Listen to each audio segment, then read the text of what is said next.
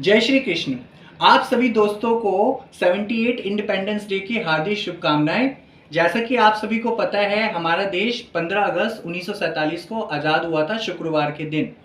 तो मैंने सोचा क्यों नहीं हम अपने भारत की जन्म कुंडली के बारे में थोड़ा विश्लेषण कर लें।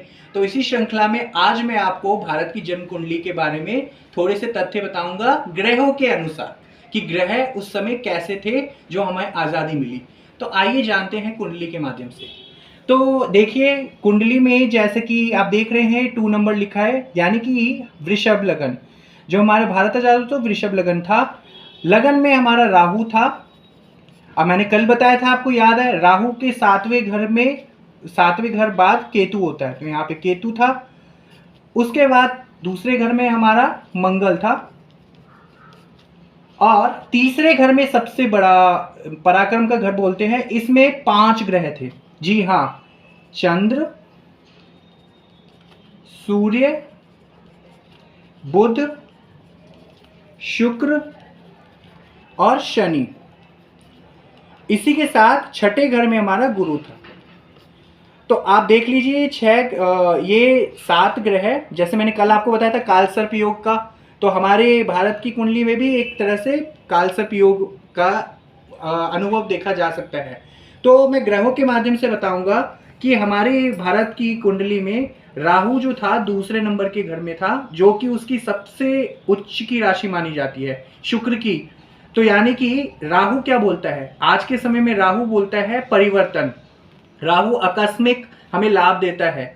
तो ये राहु की प्रिय राशि है, इसलिए हमारे भारत में जितने विकास देखे गए, हरित क्रांति हो गई, टेक्नोलॉजी हो गई, जितना सब कुछ टेक्नोलॉजी आईटी फील्ड में हमारे भारत का नाम एकदम ऊंचाई पे जा रहा है, तो ये सब राहु करवा रहा है। इसी के साथ आप देख रहे हैं मंगल दूसरे घर में है, तो मंगल थोड़ा हम कह सकते हैं अपनी शत्रु राशि में है। तो मंगल की वजह से हमारे भारत में जो आंतरिक लड़ाई हो रही है, आपस में थोड़ा प्रतिस्पर्धा रहती है, वो इसी की वजह से हो रहा है। वहीं आप देख लीजिए तीसरे घर में आपका चंद्र, सूर्य, बुध, शुक्र, शनि, पराक्रम में 5 ग्रह एक साथ बैठ गए हैं।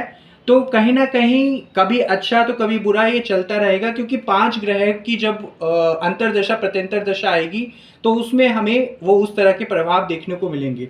इसी की तरह गुरु हमारे छठे स्थान में है, जो कि आपके अपनी 5वीं दृष्टि से 10वें घर को देख रहा है। यानी कि इससे क्या पता चलता है कि जो हमारे भारत को आगे ले जाएंगे वो कौन होंगे? संत। गुरु क्या होता है? संत, जिनका सौम्य स्वभाव होता है।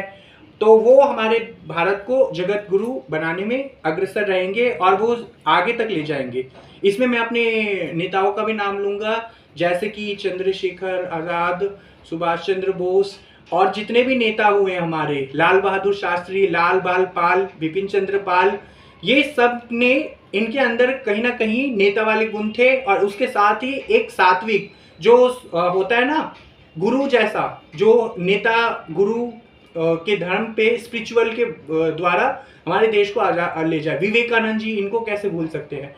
इन्होंने जो सम्मेलन किया, भारत का नाम विदेश तक ले जाया, तो वही किया। तो इसी वजह से वो हुआ। अभी के टाइम में हमारे चंद्र की दशा चल रही है, इसी वजह से आप देख सकते हैं जो महिलाएं हैं वो बढ़ चढ़ के भारत का नाम खेल कूद में हर जगह आगे बढ़ा रही हैं। तो मैं यही बोलूंगा कि इन्हीं तथ्यों के साथ मैं और भी अच्छी जानकारी आपके सामने लाऊंगा।